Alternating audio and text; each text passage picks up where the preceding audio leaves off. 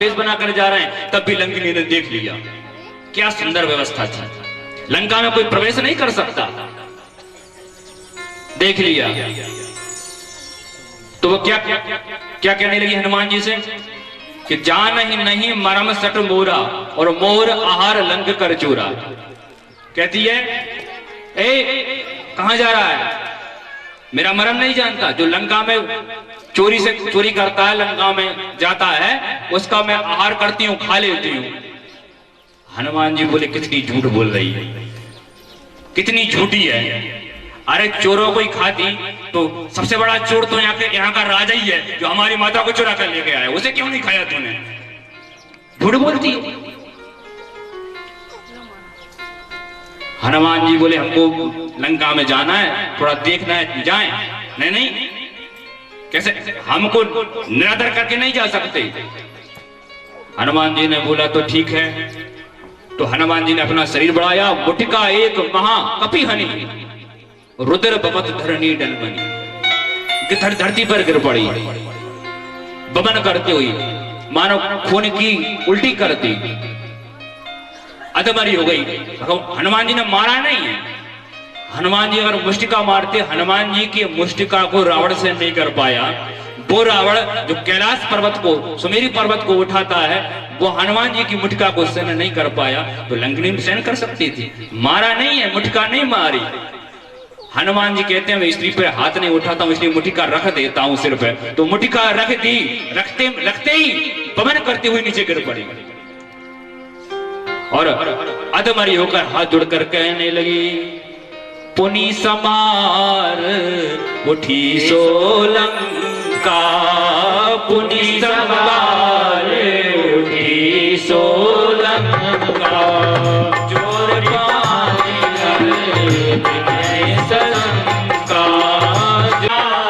चलत बिरंज कहे मोहि जीना, विकल होत देवी के मारे। वरदान दिया। उसी समय जाते समय मुझसे भी कहा था कि लंकिनी मेरी बात को याद रखना, जिस दिन तू किसी कपि के एक मुष्टिका से घायल होकर पृथ्वी पर गिर जाएगी, उसी समय समझ लेना राक्षसों का विनाश हो जाएगा, लंका जल जाएगी। आयु से याद आ गई तात और कहने लगी तात मोर अति पुण्य बहु था, मेरा कुछ पुण्य है, इसलिए मैं राम जी के दर्शन तो नहीं, लेकिन राम जी के साक्षात मूर्तिमान राम जी के दूध के दर्शन करती हूं। ये कौन सा पुण्य है कि लंकिनी ये कह रही तात मोर अति पुण्य बहु था, देखूं नयन राम कर दूता। कौन सा पुण्य है? ये पुण्य ये है कि हनुमान जी संत हैं और हनुमान जी संत के दर्शन, हनुमान जी संत के दर्शन लंकिनी को हुए क्योंकि हनुमान जी का सत्संग मिल गया। कितना सत्संग मिला, किसी माध्यम से मिला हो, संत का सत्संग मिल गया। गोस्वामी जी कहते हैं तात स्वर्ग अपवर्ग सुख धरिय तुला एक अंग, तूल न ताहि सकल मिले जो सुख सब सत्संग।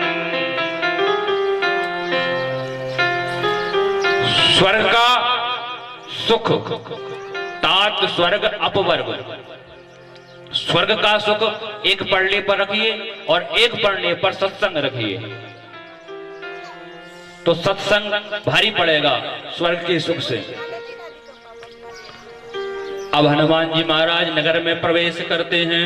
गोस्वामी जी कहते हैं प्रवेश नगर की जय सब काजा, प्रवेश नगर की जय सब काजा, हृदय राधि कौशलपुर राजा, हृदय राधि कौशलपुर राजा। हनुमान जी कौशलपुर के राजा का ध्यान किया, अर्थात भगवान कौन है कौशल बताओ। हनुमान जी घर घर क्यों ढूंढ रहे हैं? उधर संपाति ने कहा था कि मैं देख रहा हूं अशोक वन में, अशोक वृक्ष के नीचे, अशोक वाटिका में सीता जी बैठी हुई है। तो सीधे अशोक वाटिका ही जाते ना, हनुमान जी घर घर क्यों ढूंढ रहे हैं? यहाँ गोस्वामी जी लिखते हैं मंदिर मंदिर प्रति कर सौदा, देखे जहां तहां अनगित योद्धा घर घर जाकर ढूंढ रहे हैं माता जी को। क्यों?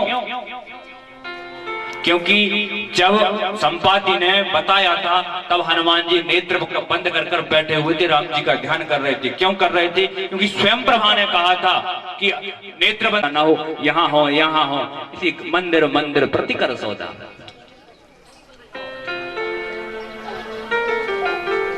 और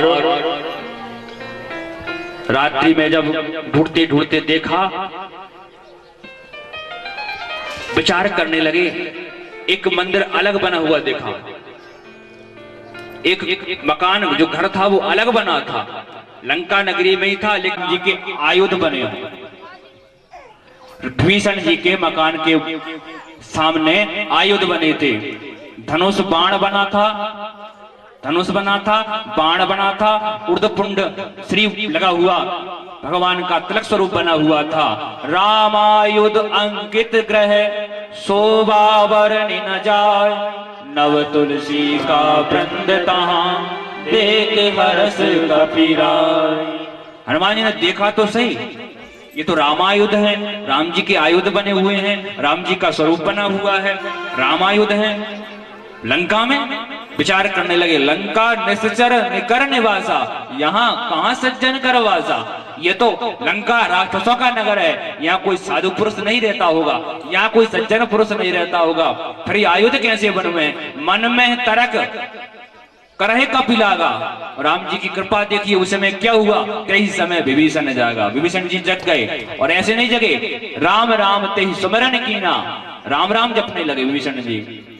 हनुमान जी ने सोचा यहां भी भगत है। अच्छा, विभीषण जी जो है ना, अपने मकान पे राम लिखते थे, राम। तो जो चुगली करने वालों की कमी नहीं होती, चुगली करने वाले देखता कर ही देते हैं। तो कुछ सिपाहियों ने देखा महाराज विभीषण के मकान में राम, तो तुरंत रावण से जाकर कह दिया कि देखो विभीषण जी के मकान पर राम लिखा है, तुम्हारे शत्रु का नाम लिखा है, तुम्हारे भाई के मकान पे पता है तुमको? अच्छा ठीक है। तो विभीषण जी को रावण ने सभा में बुलाया, दरबार में पेश करवाया। बोले विभीषण, मैंने सुना है तू मेरे शत्रु का भजन करता है, शत्रु का नाम लिख रखा है। विभीषण जी बोले आपसे किसने कहा? मुझे पता चला है। लिखा है कि नहीं लिखा? महाराज बिल्कुल नहीं लिखा। ये झूठ बोल रहे हैं? नहीं, झूठ भी हृदय से मिल गए, मानो अपना कोई सगा संबंधी मिल गया हो। बोले कि तुम हरिदासन में कोई मोरे हृदय प्रीति अति हुई। हनुमान जी ने पूरा चरित्र सुना दिया। तब हनुमंत कही सब राम कथा, राम जी की युद्ध कथा थी, पूरी सुना दी। राम जी की कथा विभीषण जी को हनुमान जी ने सुनाई।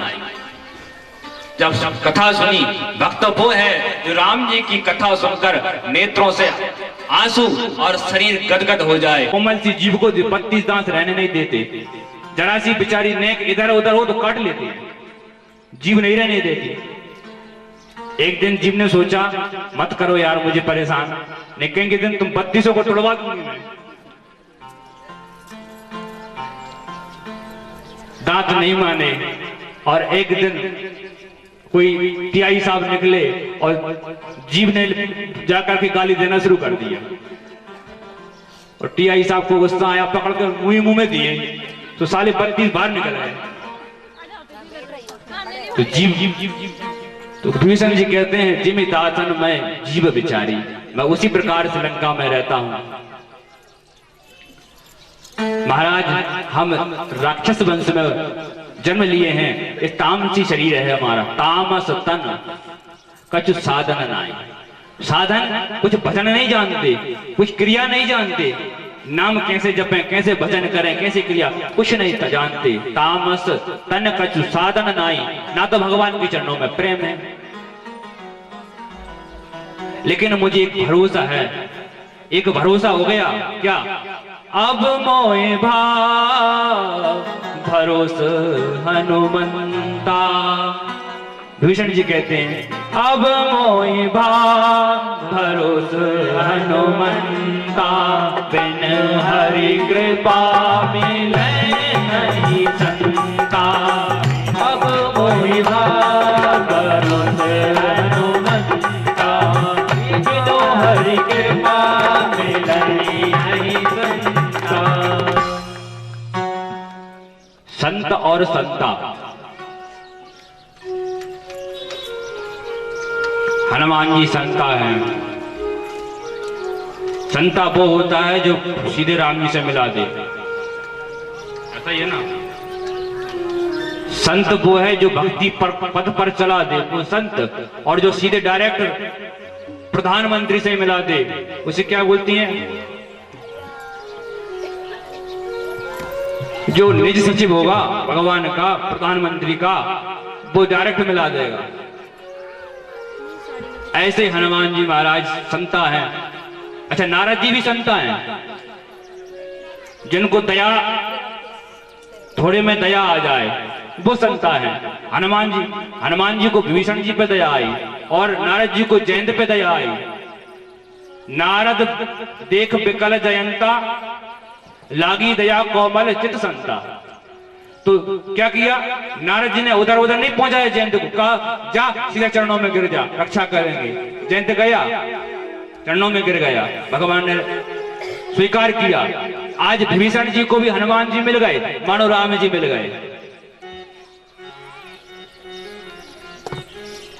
हनुमान जी कहते हैं विभीषण जी दुखी मत होइए, मेरे प्रभु की रीति तो ऐसी है कि वो सदा सेवकों पर प्रेम करते हैं।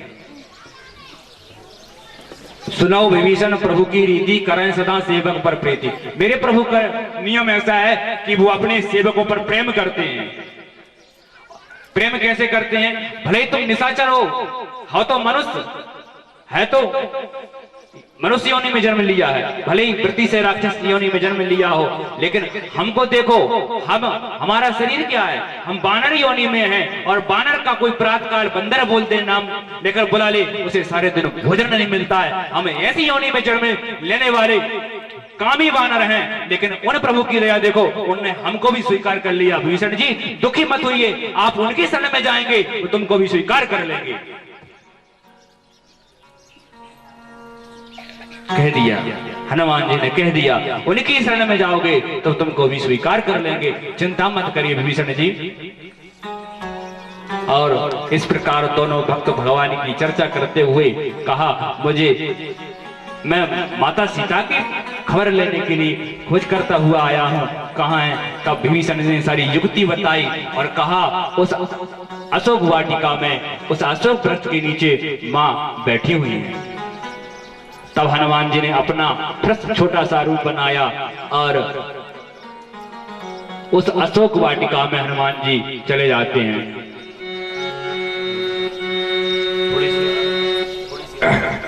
हनुमान जी पहुंचे, उस समय क्या हुआ? हनुमान जी पहुंचे तो हनुमान जी अशोक वृक्ष के डाली पर बैठ गए। अब देखना हनुमान जी की लीला। हनुमान जी इतने बड़े होते हैं कि उनके पद के प्रहार से बड़े बड़े पहाड़ रसातल को चले जाते हैं और इतने छोटे बन जाते हैं कि एक अशोक की डाली पर भी बैठ जाते हैं। ये सिद्धियां हैं, सिद्धियां भगवान की कृपा से प्राप्त होती हैं। एक महात्मा जी ने सिद्धियां प्राप्त कर ली। सिद्धियां क्या? नहीं खाऊं।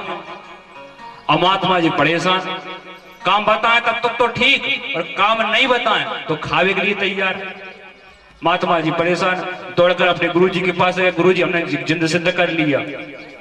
तो फिर वो कहता है काम बताओ, और काम नहीं बताएं तो खाए। हम तो सोई नहीं पाते रात में। महात्मा जी ने युक्ति बताई, तो महात्मा जी ने आकर किया, एक वृक्ष को, एक डंडे को गड़ा दिया, कहा इस पे ऊपर चढ़ो और नीचे उतरो, ऊपर चढ़ो और नीचे उतरो। महात्मा जी बच गए। जब जरूरत पड़ा तब तो बुला लें, और जब काम हो जाए तो कहा ऊपर चढ़ाओ और नीचे उतरो। महात्मा जी बच गए, लिखा जाता। ये सिद्धियां हैं और हमारे संत भी यही करते हैं। इस माला रूपी हमारा मन भी प्रेत ही है, जैसे समझ लो हमारा मन भी जिंद है, इसको काम करेगा तब तक तो ठीक, और जो फ्री हुआ तो फिर उल्टी सीधे काम करेगा। इसलिए इस मन रूपी जिंद को इस माला रूपी बांस पे चढ़ाते रहो, उतारते रहो, चढ़ाते रहो, उतारते रहो, चढ़ाते रहो, और काम करना हो तो काम करो, और जब फ्री हो तो माला से ऊपर नीचे चढ़ाते रहो।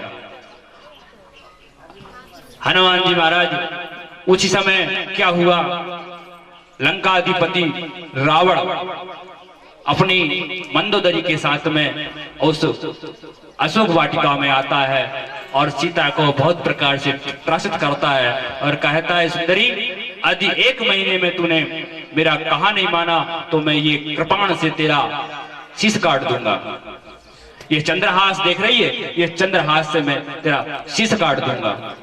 भगवान को याद करते हुए सीता जी एक तिनके की को उठाती, उसकी ओट कर कहती हैं, हे दशमुख, अवध तू जानता नहीं है मेरे प्रभु को, मेरे प्रभु के ही बाणों से तेरी मृत्यु निश्चित है। रावण तो 1 मास का समय देकर चला जाता है, इधर हनुमान जी महाराज उस अशोक वृक्ष पर बैठे हैं। सीता जी को दुखी दिखा और राक्षसियां आई, राक्षसियां सब चली गईं और त्रिजटा आती है और त्रिजटा सीता जी को सब, उस बानर ने लंका में आग लगा दी और रावण का सिर मुड़ा है, गधे पर बैठकर मुंडों की माला पहने हुए सिर मुड़ा है, दक्षिण दिशा की ओर जा रहा है। ऐसा सपना देखा है और त्रिजटा कहती है कि सपने में बानर ने लंका को, सपने बानर लंका जारी, जात उधान सेना सब मारी, मैंने ऐसा सपना देखा है। हनुमान जी सोचने लगे, आए तो हम ही है बानर, मगर ये प्लान बना के नहीं आए लंका जलाना है। न राम जी ने हमसे कहा कि ये सब करना है, हो सकता है भगवान कहने में भूल गए हो, डायरेक्ट ना कहो तो इनडायरेक्ट नहीं, इसके द्वारा सूचना भिजवा रहे हो कि लंका भी जलाना है भैया, क्योंकि भक्त की वाणी भगवान की वाणी होती है। सपने बानर लंका जारी, जातु धान